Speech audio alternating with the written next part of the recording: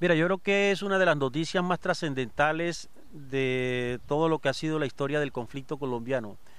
Yo creo que desde el año de 1984, cuando la FARC pactó un cese al fuego, una tregua con el gobierno de ese entonces, presidido por Belisario Betancur, no se había dado una decisión de carácter estratégico con relación al conflicto como la dada por la FARC, porque el secuestro es una de las prácticas que más le ha cobrado, le ha pasado factura política a esta organización.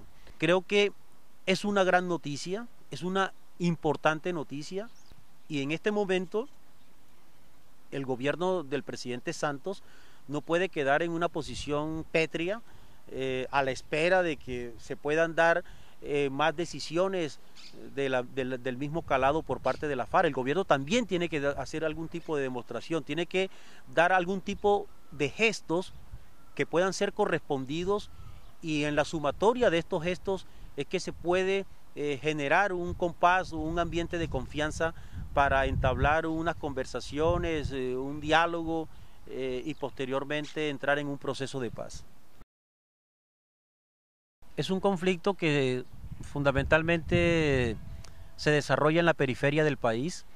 La estrategia de las fuerzas militares en los últimos años ha empujado a la guerrilla hacia las zonas, digamos, rurales más profundas del territorio nacional. Es un conflicto que tiene un nivel de bajas bastante altísimo. Las fuerzas militares están perdiendo en promedio unos 500 hombres cada año, más unos 2.500 heridos cada año. La guerrilla tiene unas cifras de más o menos unas 500 bajas entre muertos, heridos y capturados.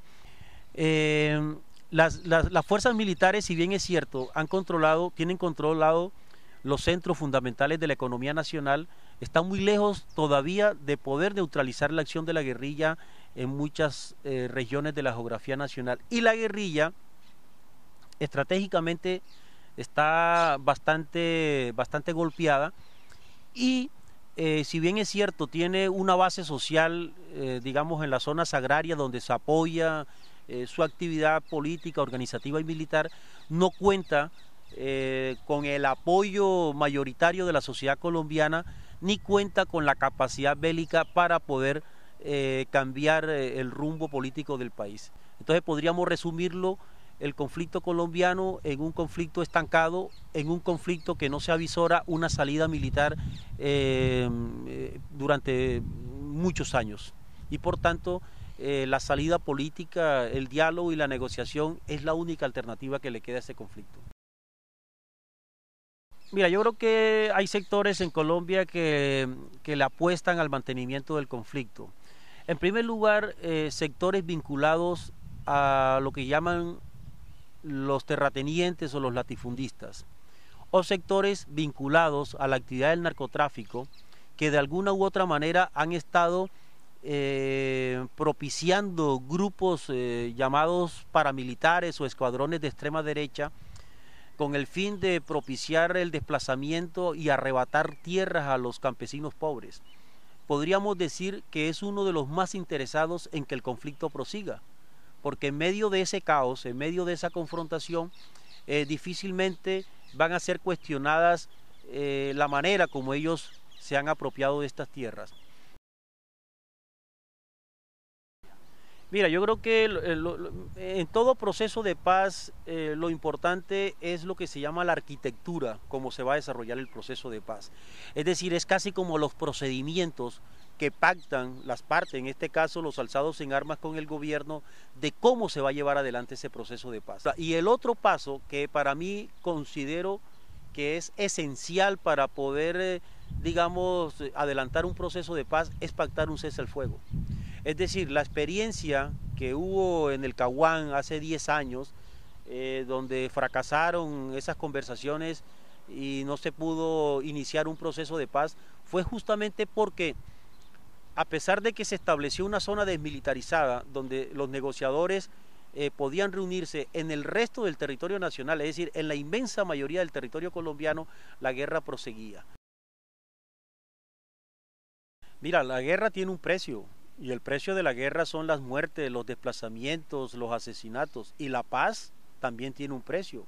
Y el precio es de que la sociedad tiene que saber perdonar. Habrá que crear unos mecanismos para que los combatientes que estuvieron involucrados directamente en la refriega puedan tener una posibilidad de rehabilitación y una posibilidad de reinserción dentro de la sociedad y unos niveles de participación dentro de la sociedad. Es decir, de que esas personas que estuvieron enarbolando un programa, un proyecto político, lo sigan haciendo, pero en el marco de la legalidad, en el marco de las leyes, en el marco de la Constitución.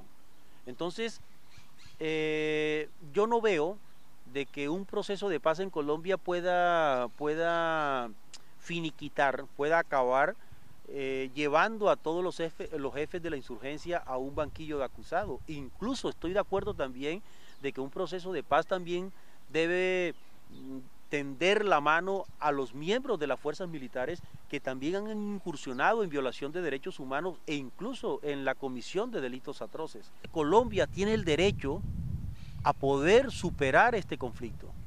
Y si para superar ese conflicto hay que,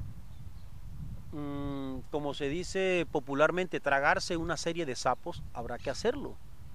Porque yo no veo, y te soy sincero, no veo otra manera de que ese conflicto pueda ser superado.